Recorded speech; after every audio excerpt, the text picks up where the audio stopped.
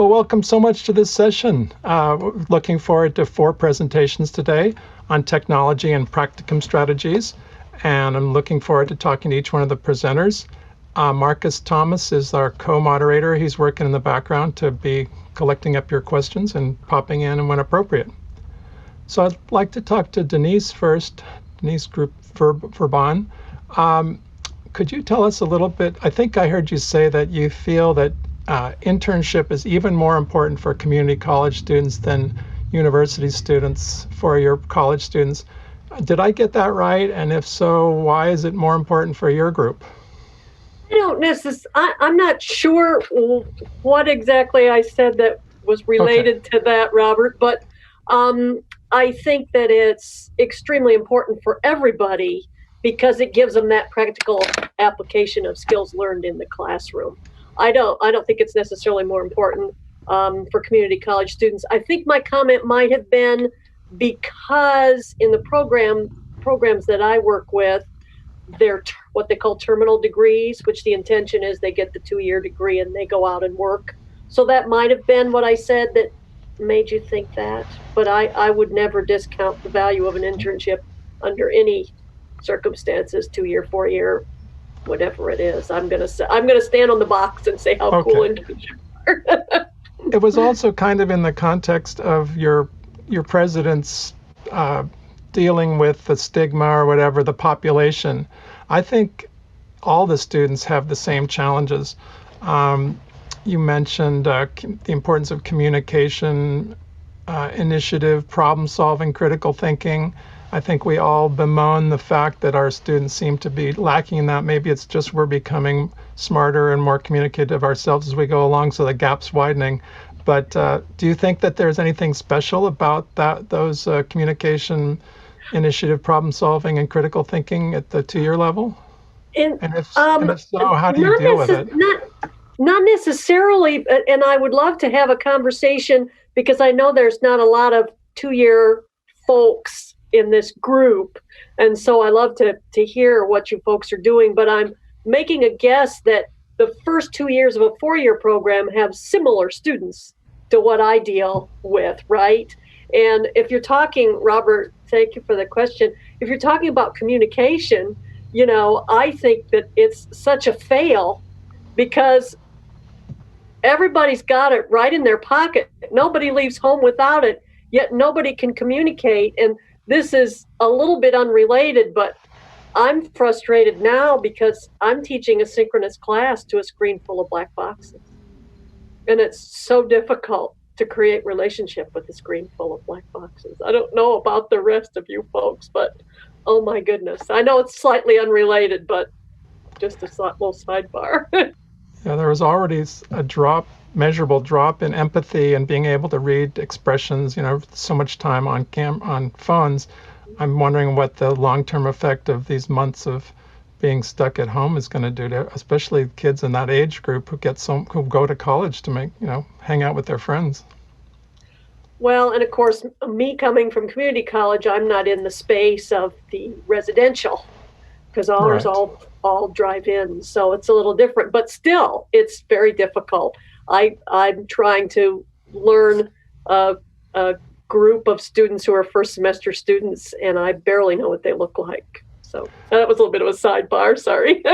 What sort of training do you give them to be the kind of interns we'd all like to see and be looking for opportunities to use their skills and take initiative, have their tennis shoes cinched up tight and be ready to go jump in any direction? Well, we try to create initiatives all the time, creating new initiatives, but most of it is about things we hear all of us talk about, which is experiential learning, right? So getting them out there to do something that's real world, promoting, even if it's an on-campus concert series, and figuring out a way to get people in the door and convincing them that even if they say, oh, I just want to work in a recording studio, that they're still going to have to learn how to do all these different things. We're always looking for new experiential learning opportunities to share, to get them involved in. Your title was about preparing the students for the internships.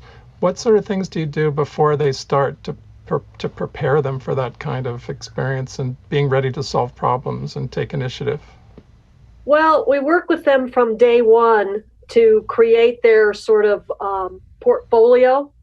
And we try to tell them that their resume starts from day one, and to get them involved in things that are going on campus, and to pay attention to what's going on around them. I have a theory that I tell all my students, which is that I only want them to leave with two things. One, the ability to pay attention, and two, the ability to take initiative. And the whole paying attention could just be about reading the newspaper or a blog online, right? Just trying to get them to pay attention and to know that just because they are saying, well, all I want to do, like we were talking about earlier, is work alone in a recording studio.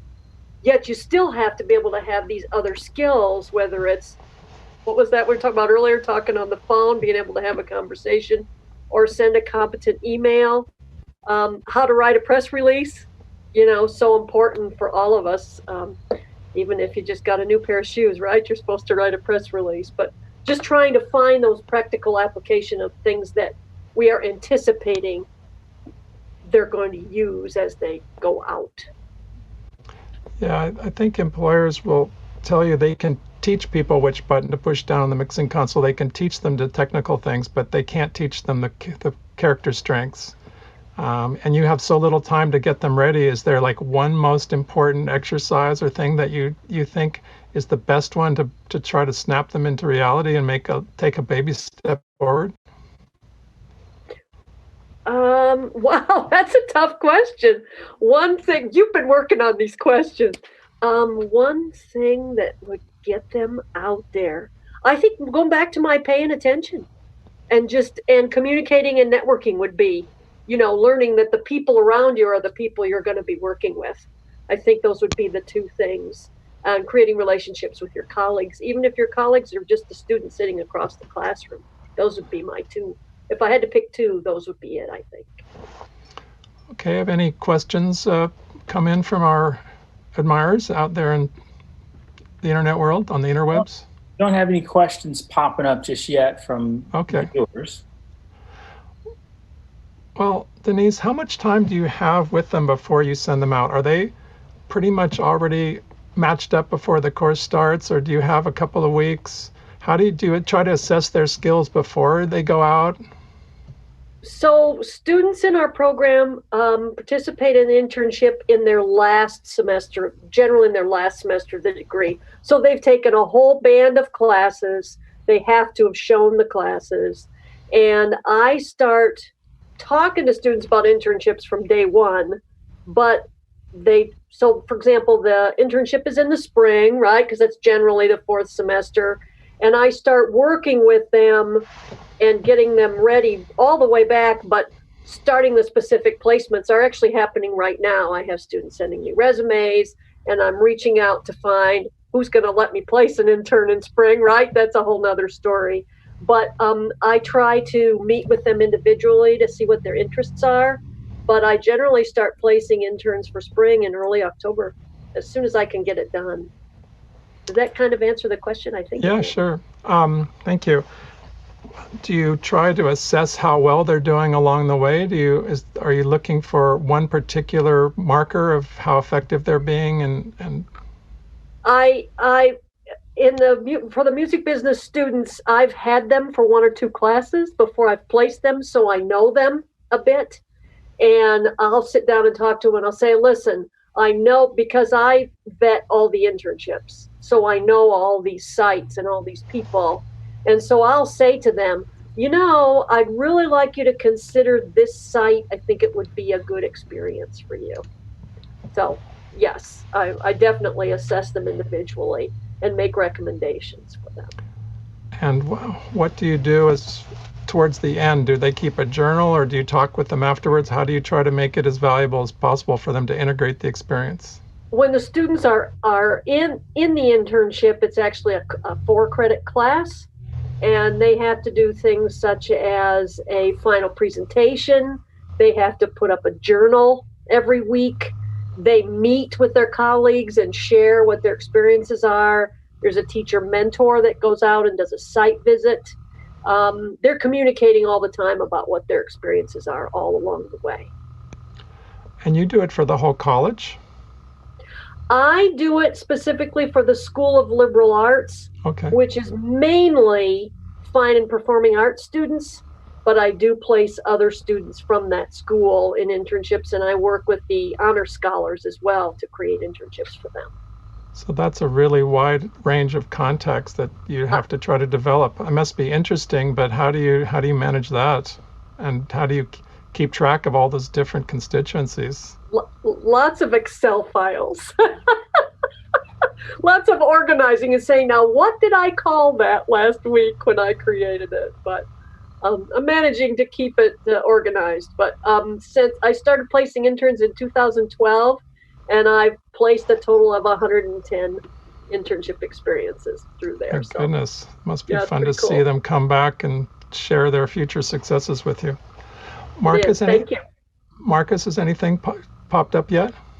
I haven't had questions popped up, but I did have a question. Denise, I saw in your video right off the top, I was really excited about the portfolio project that you guys have students do, and that they walk through this from day one, starting to create their profile. And then there are lots of places where you say they start to collaborate with other students, like promoting a live show, working with graphic design students on graphics and these sorts of things. And it came to mind actually this morning in another panel, we were talking about group work and how do you prepare students for work out in the real world when you're working with other people that you may not know.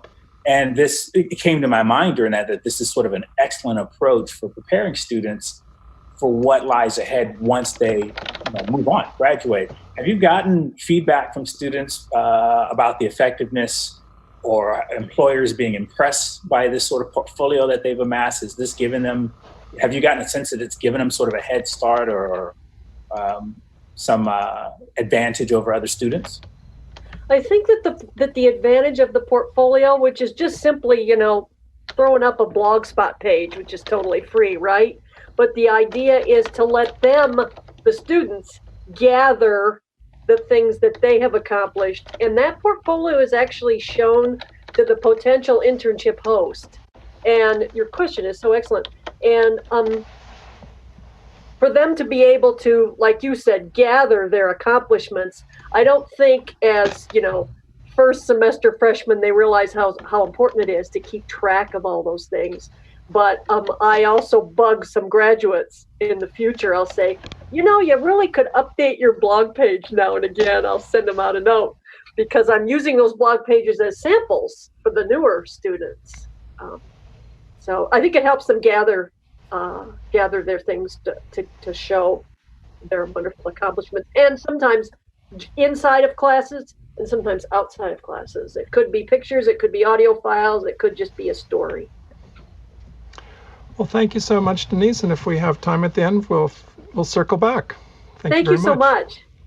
Well, next up is Keith, Michele, and Nicole are going to talk about a backstage pass and their collaborative music journal. So we'll just go in order of the people as the presentations on the video.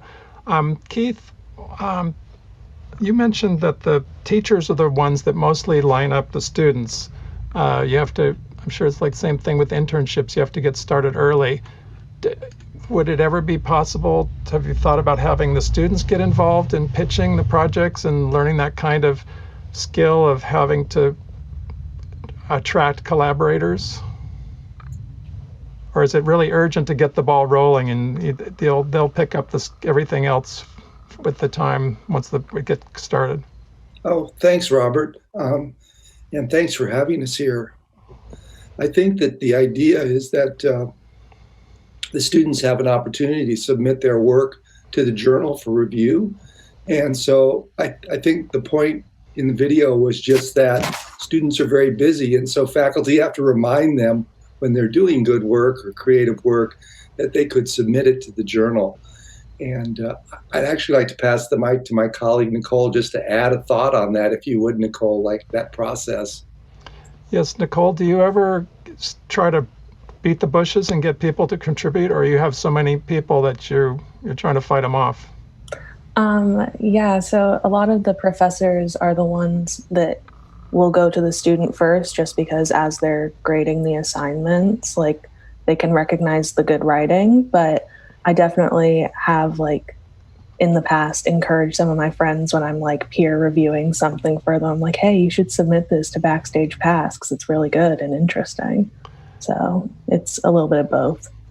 Yeah, I think everybody's, 40% of all of our jobs is sales. We're trying to sell our students on paying attention to our assignments, and everybody's going to be in sales. And so I think it's good to spread that joy out and let everybody learn something about it. Back to you, Keith. How do you pick the editors, and what do you think are the most transferable skills that they learn in the process? Well, I want to echo Denise. Thank you, Robert, for being so well prepared with these good questions. Faculty basically are talking. We have a monthly faculty meeting, and we're identifying students who seem to be responsible and seem to be thinking bigger than just taking a class and getting a grade, and that are also curious. And I think Nicole brought that up in the video, that she's learned a lot about other areas of the music world that she herself wasn't initially focused on. So being responsible and willing to shoulder the work would be a big part of it. And the second part of your question, I'm sorry, I lost that. How do you choose editors? How do you Nicole said that you look for good writers in your writing class, but how do you identify people who might be good at editing? Yeah, so that process is, we actually use the existing editors to help screen prospective editors, and we just went through that process at the beginning of this term because Nicole just graduated in May. So we have 2 new editors coming on board next month, actually. And so after they were identified by faculty, they were interviewed by me. I'm currently serving as the editor-in-chief. And then they then did sort of a chemistry check with our returning editor, June Benoit, and both passed with flying colors. Okay, well, on to you, Michele. Welcome. Thanks for being here today. How much future proofing does the platform, have you been able to do with the Digital Common platform? Are you thinking about the sad day when they might go away? Will all this excellent work be available just as raw text files? Is it all embedded so deeply into the cloud that if you're going to become a slave to them, they'll be able to raise their subscription rates and you'll have to pony up no matter how high they go? That is an excellent question. So we use the Digital Commons platform that's made by bPress. They were not that recently, but a little while ago, bought by Elsevier, which possibly you all know is a large publisher. So it is a fear that they will raise prices. It's not really a fear that they will disappear entirely. But we do back everything up on Amazon S3 cloud servers. So we do have a backup copy. We can download it externally from them. If we do want to migrate to another platform in the future, which has been discussed, we can take it all from the cloud and we still have everything. So it's not, we have done future proofing, yes. So what format are those files in that you've backed up? Are they in doc form, Word file format? Could you just have like a text, just raw text that would be searchable? So on the on the cloud, it's there's all the metadata which you can export in like an Excel spreadsheet or a CSV delimited file, and then the file formats that they were uploaded in. So there's Word versions and PDF versions because the system, the students will submit in Word and then we will edit them and convert them to PDF. So there's both versions. Yeah, I'm just thinking every platform eventually goes away and Microsoft Yes. Word might expire. Something better is going to come along, and I guess we'll always be able to import PDF and doc, but just to make it, as portable as possible. What do you see? What's the advantage for the university? Why do they pay the subscription fee? Is it $20,000 a year, or how much do they have to pay, and what do they see as the value of it to Digital Commons? So we do pay an annual subscription fee for both the hosted platform as well as we pay for researcher profile, a separate platform from the same company. So we are using it for many, many things at the university beyond Backstage Pass. So the university sees as beneficial because we are capturing all of the theses and dissertations from our students. We have other journals that are hosted on the platform. We have faculty scholarship. We have conferences that are hosted on campus. I helped Keith with one last semester. I think it was in the spring. So there's many different things on the platform, and the university, it's a really great vehicle to showcase all of the research that's happening on our campus to the world, both to our campus and to the world. And we do track our download and usage statistics worldwide. So we do provide that information to the university librarian, the provost, the president. So it is of great use to the university as a whole. And so, yes, we do continue to pay for it and plan to. Those analytics you showed were so beautiful, like the map that shows where the downloads are coming from. That makes all the report makers happy, and it's so interesting for the authors and all. Is there any trade-off for control over material by being seduced by these wonderful tools? Do the authors lose any more control over their content than they would with a traditional journal? Think so. I mean, it is a traditional journal in many ways. Like I know of journals that have been using this platform for 10 years or more. So it's a similar platform to many other journal platforms out there, most of which will give you similar types of statistics that authors can access on their own. So I think it's giving us the things that are useful for our authors and our editors to look at and see how the journal is doing and how their work is doing. But I don't think that they're giving anything up. Matthew, Marcus, I forgot to bring you into this. Any urgent questions so far? Actually, we do have a couple of questions that have popped in. The first of which is, what was the most challenging thing about getting the project started? It wasn't addressed to any particular panelists. I guess I can jump in on that, Marcus. For me, it was a fear of technology. And when one of my colleagues identified Michele and explained what her role was at the university, and we met, I was like, oh, great, someone who actually knows how all this could potentially work. And I have to say that from the first meeting, Michele was able to visualize or take my conception, which in my mind was very clear, and say, here's how we could do it through the technology. So I'd say that was the biggest hurdle at the inception phase. And an additional question that has also come up is, this was addressed to you, Keith. One of the biggest issues for a journal is maintaining tone across articles. How does that work with changing editors? Wow, great question.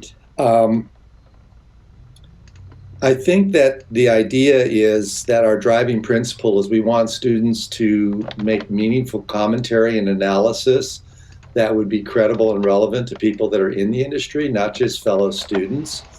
And so I think that our editors work to that as their charge. And we have had quite a few, we've had a number of submissions that didn't make the grade in terms of tone or in terms of veracity. And Nicole, would you add to that in any way? Yeah, I think that another thing that we do is we work with the author to kind of maintain like their unique tone, but while still making sure that it's reaching the same standard as everything else. So it's more of like a uniform standard and less about like we don't want to take away the author's voice. And so working with them is what helps the editors maintain that.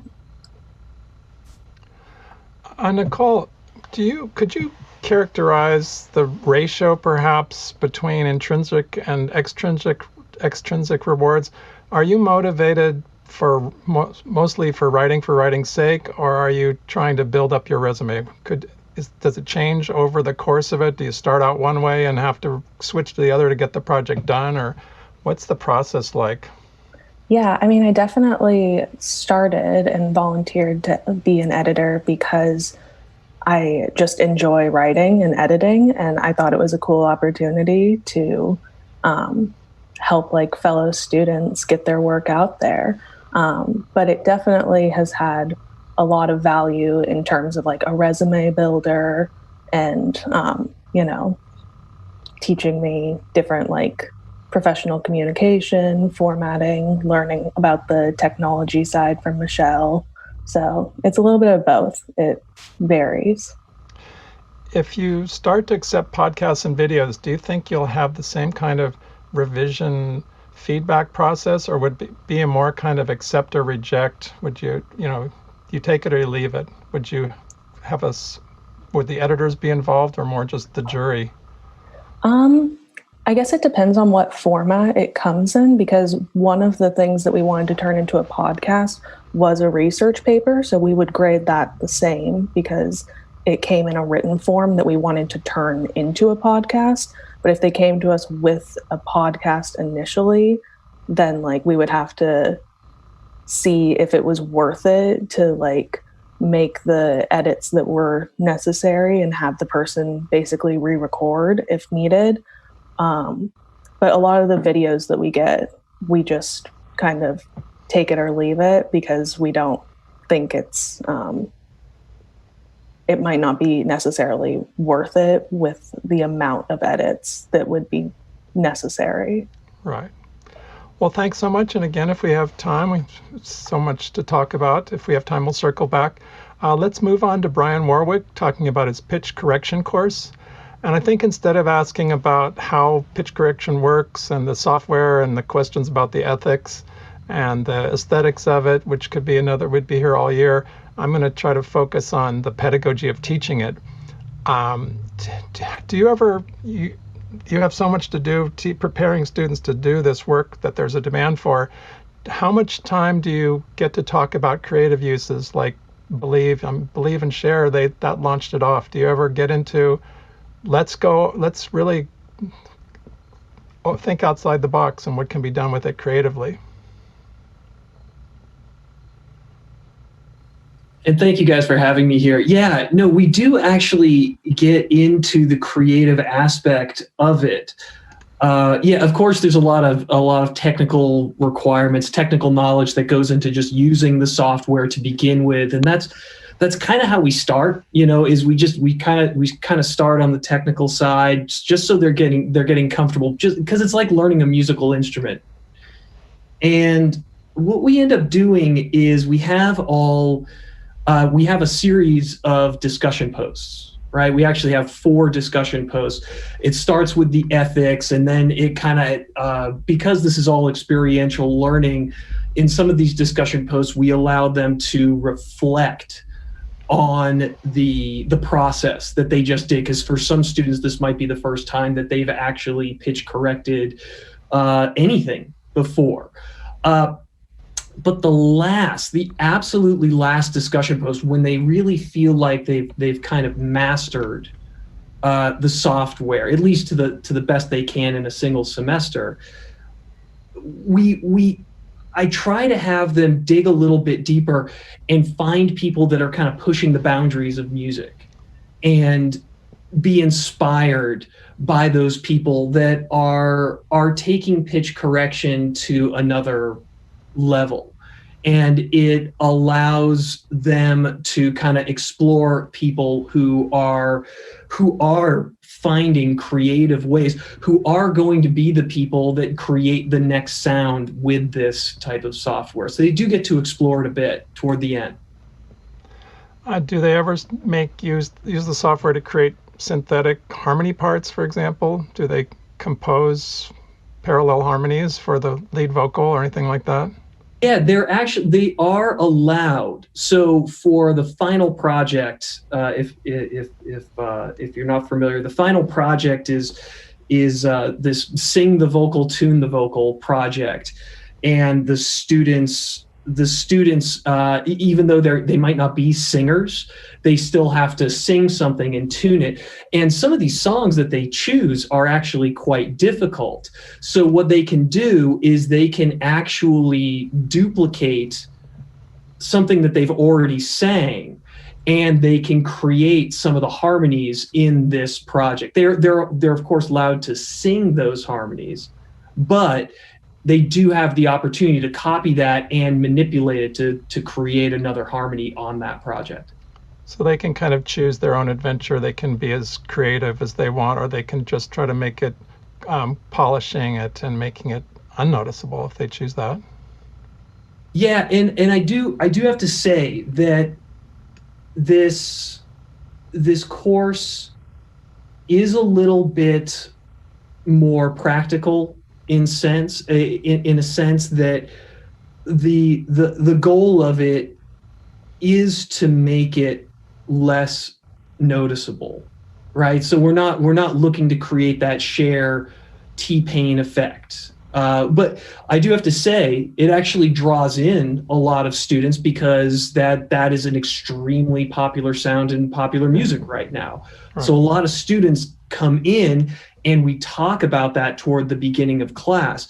But by the end, I want them to have the skills to do really transparent pitch correction. That's really kind of the ultimate goal. So if they do have a vocalist who can only sing for a short period of time and have to jump on a plane, these students could be like, hey, I'll touch a few things up and send it to you, and it's going to sound perfect, and the pitch correction won't be noticeable.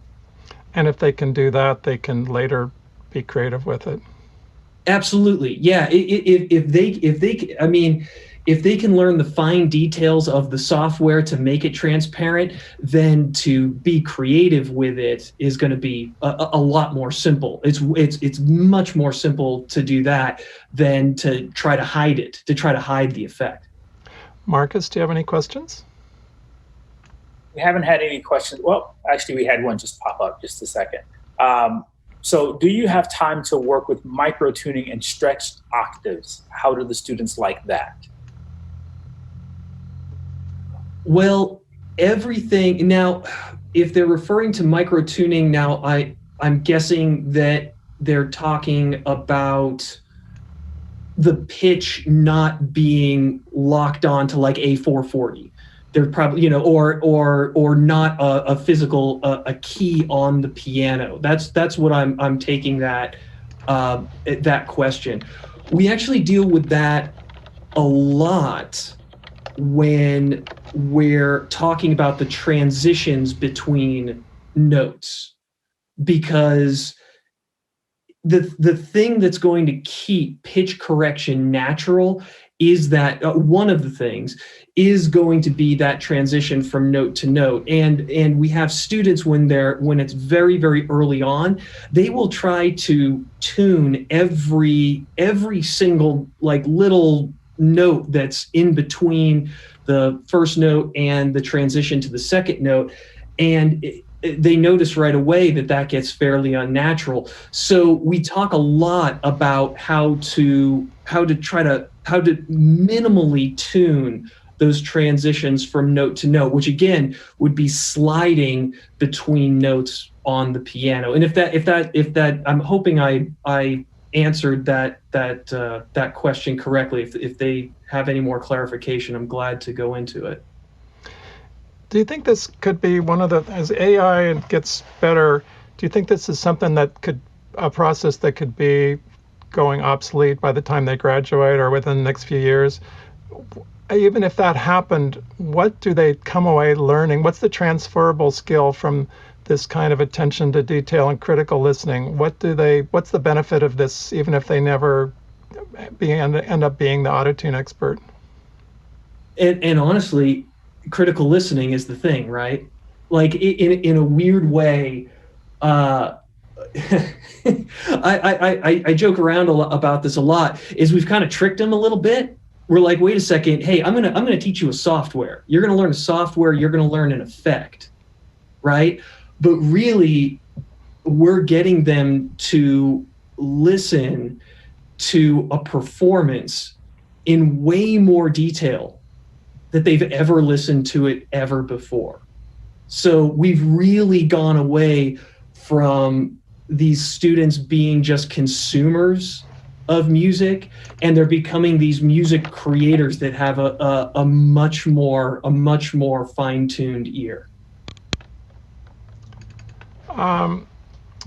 What about, we were talking this morning, our Swedish colleagues, about sharing with us the advice from Max Martin and Dennis Pop, that idea of work, work, work, and then work some more. What sort of work is involved in really polishing up a piece with autotune? And again, if they never used it in a piece of production, do you see your students becoming developing grit? I'm sorry, what was that, the last part of your question there? Developing grit? Just the work ethic involved in, not just saying, oh, this sounds pretty good, my compressor's hitting it, to really get into, let's make this the absolute best it could be. Yeah, and I think there's a little bit of preparedness that I'm trying to give those students. I'm trying to make it that, so there's always going to be things that they experience for the first time in their professional careers as an audio professional. And what I'm trying to do with my courses is kind of minimize that impact as best I can, to give them as many experiences as possible. So whether that be a really complicated mix that takes hours to do, or it's pitch correcting all the vocal performances on a project, I think it just kind of gets them ready. It gets them ready to know, like, okay, how long is this going to take me? How many hours is something like this going to take me? Or even better yet, preparing them to be professionals. So if someone gives them a project and is like, okay, how much is it going to cost me, right? How much do I charge to do this amount of work? They at least have a rough idea. They can maybe look back on that final project that they did, and they're like, oh wait, okay, I have to track the vocals, we have to edit the vocals, we have to tune the vocals, we have to mix. They have a rough idea of how much time that's going to take, so they know how much to charge. They can develop a cost and be hopefully compensated appropriately for the amount of time that they're going to spend working on that project. And then they'll be ready for your next course in cutting up drums and time aligning everything, micro editing drum tracks. Marcus, anything else? Of course. Anything else come in on the wires? We haven't had anything else pop in just yet. Brian, could you ever find a commercial track, these things that are out there on the internet where you have the multi-tracks, find a vocal before 2000 and have people remix it with today's sound? Oh man, it's terrible to do. It's terrible to do. I did it. I think I tried to tune David Bowie, and I've been pitch correcting vocals for a long time. I am a drummer, but a lot of my career has been recording fantastic vocalists, and tuning David Bowie felt wrong. It felt really wrong. Like it just, some of those songs are, especially popular music of the 1970s, 1980s, when you can actually start getting like an actual isolated vocal to tune. Some of that music is so, at least ingrained in me, that I'm like, you know what, I'm taking away from this. This is now a part of society, and it doesn't feel right. However, there are definitely songs from, and I have to say it tends to be R&B tunes, usually of the mid 1990s, later 1990s. That I'm sure they would have been using this technology if it were available. They were doing really great complex harmonies, and everything for the time was very passable. But now I think it's a little bit noticeable when someone's a little sharp, little flat. It's a lot more noticeable. I'm thinking of Michael Jackson, I Want You Back or whatever. He doesn't hit the high notes sometimes, but man, are they so sweet. And the discomfort of trying to do that could bring a lot of issues into focus, that all the style changes and everything. I don't even do it in class. I won't go there because it just doesn't, the students will have such a connection to that song that I don't think it'll have the intended effect because I don't know if it'll improve it. I don't know if it'll improve the performance, and ultimately that's what we're trying to do. But we're trying to use, it is an effect. We're trying to use it as an enhancement, and some of these performances don't need to be. Those performances don't need to be enhanced. You might try giving everybody the same little snippet just as an exercise and see what they come up with. And maybe it's something cool, remix the hits, but with the auto-tune sound could be, Anyway, thank you very much. If we have time, we can cycle back. Let's finish. Our last presenter is Mehmet Dede. Welcome. And you're going to talk about You've talked about Practicum in arts and music. I had a similar kind of question to start off with that I did with Keith. When you start your planning 4 to 6 weeks in advance, the students aren't in the class yet. Is there any way to involve them in picking projects and defining goals and all to help them kind of develop that skill of networking and being leaders? Hi, Robert. Hi, everyone. Thanks for having me today. Actually, yes. In fact, that's a process that is ongoing throughout their 4-year education. This class is offered to students who are juniors going into their senior year. So at that point, it's a 300 level undergrad course. So at that level, you really have to have learned quite a few things in order to be able to apply to them. Let's just maybe refresh our memory as to what exactly practicums mean, because some people may not be familiar with that concept. It's not an internship. It's not a simulation. It certainly is not a lecture. It's a little bit of everything. According to the dictionary, the Merriam-Webster dictionary, they define this as a supervised practical application of a previously studied theory. So basically, we're talking about something that's A, experiential, which came up several times already in this session, B, that it's supervised, and C, that it must have been studied before. So they actually have the knowledge. It's just more about applying that knowledge to a project.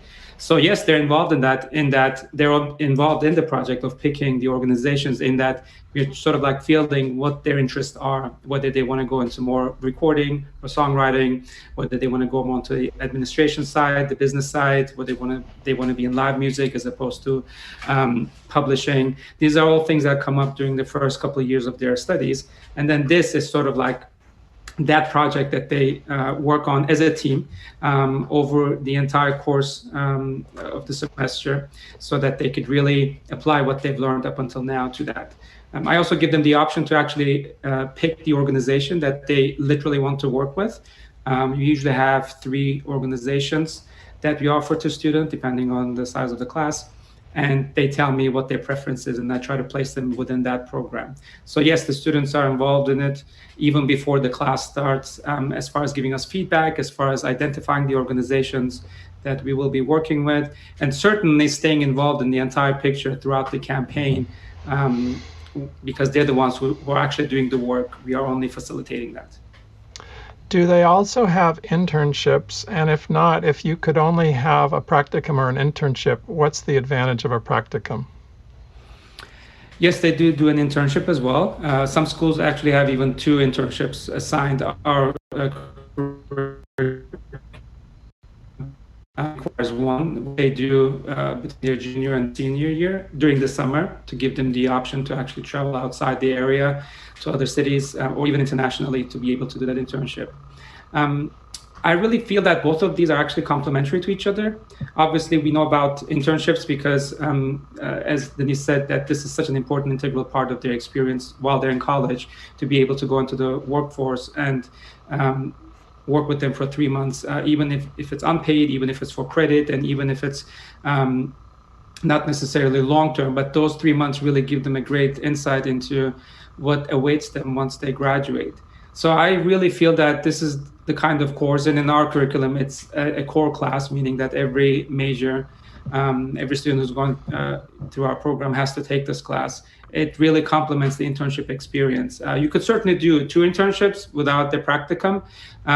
You could also do even a practicum without any kind of internships, but I really feel that they bring different kind of skill sets to the table, similar but different kind of skill sets to the table. And do they do the practicum before the internship typically? Yes, it's usually 1 semester before. So spring semester is the practicum, and then the semester following that, during the summer, is the internship. Sometimes that internship gets pushed back to the fall, but practicum usually comes first. How do you put the students into teams? Do you think about, you've gotten to know them, Denise says she knows the students. Do you know them and you've sort of thought about them, or do you inventory their skills and try to kind of balance them out? You don't want 3 alphas in the same group and all followers in another. I mean, how do you distribute the people? Yes, a little bit of all actually, but my first preference is usually what the student wants to do. So even though they're not in a position to pick any organization, which is something that different between internships and practicums. With internships, they can really choose whatever organization they want to work with and apply and see if they can get that. With practicums, they're offered 3 choices, and then they have to pick one of the 3. They can't go outside of that. So first is their preference. If I feel that there are 3 alphas in one group and that it might be actually detrimental to the group, then maybe I can look at the second option or second preference that one of the students have. Or if students say that I don't really mind, any of them will be fine, then I just try to move them around. The idea here is that you really pick something that the students feel comfortable with, that the student feels he or she has passion for. They want to learn more about this organization, or they want to learn more about this segment of the industry. That preference always comes first. Marcus, do you have any questions? Thank you. We have one question. Mehmet, what is your favorite part about the Practicum project? That's an excellent question, actually, because I love this class. And I've changed it over time. I've taught this for 5 years now. And I really received a lot of feedback from the students over time, to the point where it is what it is today. That said, next semester might be very interesting because in this day and age, it's very difficult even to find internships. With the pandemic, a lot of organizations are working, but they're working from afar. They may not have the office space.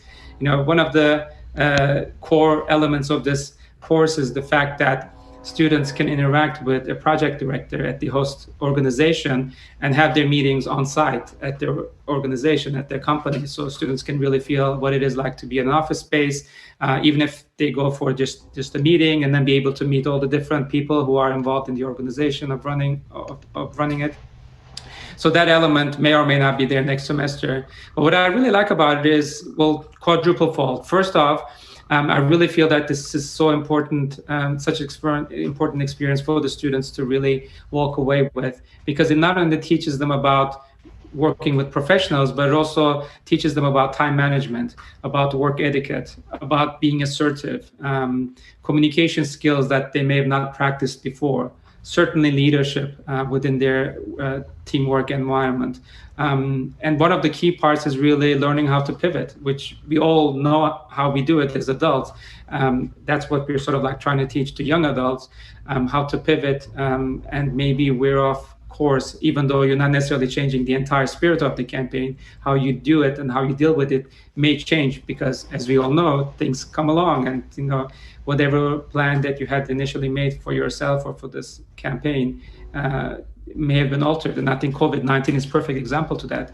Last semester, the entire group of students were involved in producing an actual event, whether it be a tour or an in-person concert, and all of them had to obviously cancel that. So some of them turned that into virtual tours, some of them took other elements of it and then kind of passed it on to future projects. So learning to pivot is a really important part, and I really like that element of this course, that it really gives you skill sets that are really relevant and timely and about our real life experiences. I also like the fact that I'm able to utilize my own contacts in order to find these organizations and then be able to put them to use I also do additional research to see what would be a great organization to be working with.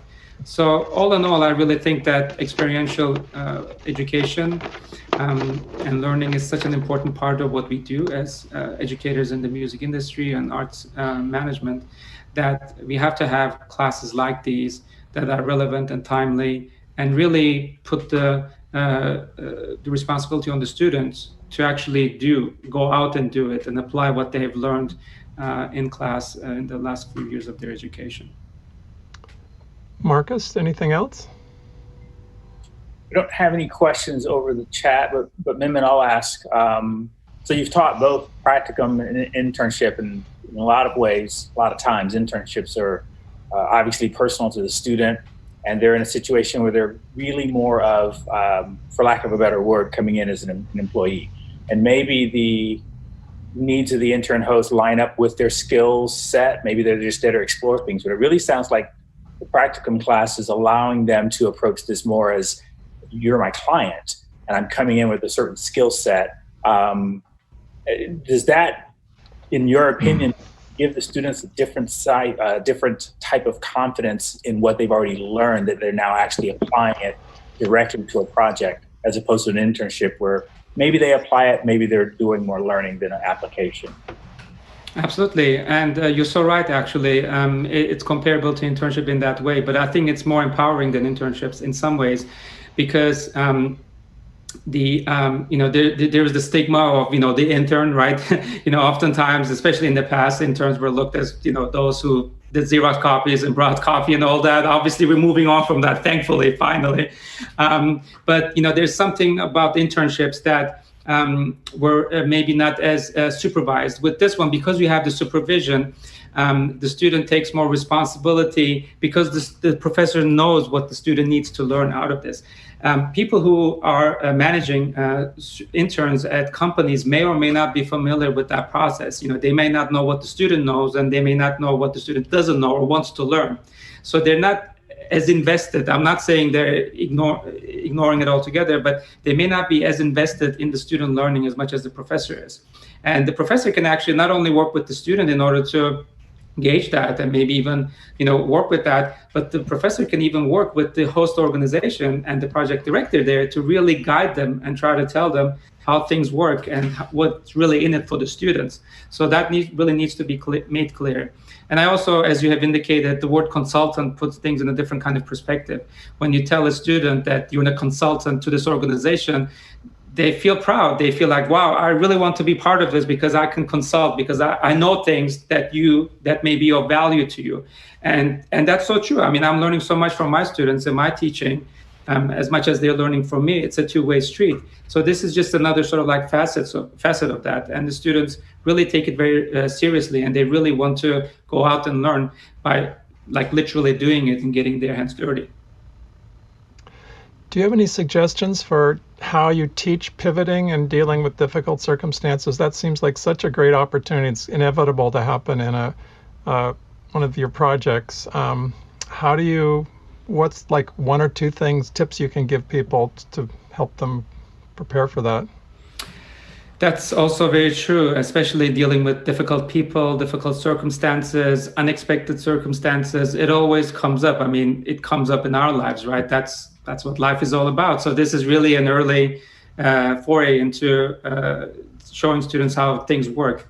You may plan as much as you'd like to, but there will always be things that will throw you off. Assertiveness, I think, is a key word here, because students have not practiced that element as much, and we all learn by trial and error. But this gives them the opportunity to be more assertive, to really, if need be, put pressure even on the project director and say, I'd like to work on this, but I need input from you, or more guidance from you. What you have given me is not, to be able to say that there's nothing wrong with it, because it really helps the project director understand that they need to do more.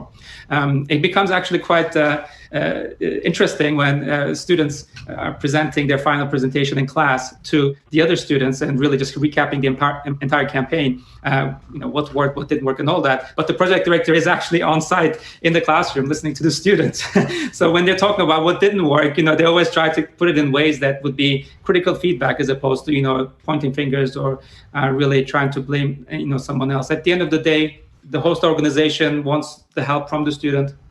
The student needs to learn and wants to learn from the organization. So we're all in the same boat. So I try to remind them constantly, there's nothing wrong with trying to put a little bit of a pressure on the project director, or if they're certainly not responsive as much as they need to be, because they're professional workers, they have hundreds of other things that they're dealing with, that they need to be a little more proactive. So I actually interject, throughout the campaign, and I'm in touch with the project director myself to make sure that things stay on track. I just don't throw the two of them, on their own and let them be until the end of the semester. I supervise not only weekly in class the students, but I also work with the project director to make sure that they're responsive and that they're also getting what they need to get from the students throughout the entire process.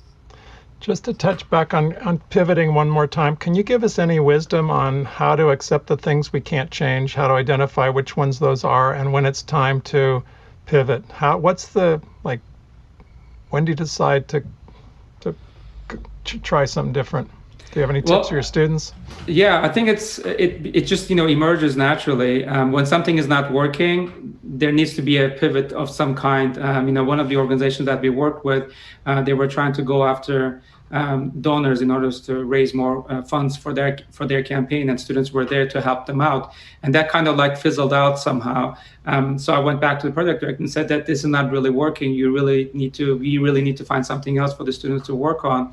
And we were able to, and I try to give them suggestions and feedback and try to help them out. And this way they were able to actually pivot into something that they also felt was useful for their time. A lot of times, project directors are dealing with so many other things that they may or may not be completely aware of the fact that there is no learning happening here, or there's very little learning, and something needs to happen here. And that's where I come in and try to give them some ideas. It's just so hard to balance that out with not giving in, teaching them, you just got to power through it, you got to double down, you got to triple down, you got to find a way. But you want to be as efficient as possible. Marcus, do we have any questions to go back to anybody that have come in? There were no other questions on the chat. Okay.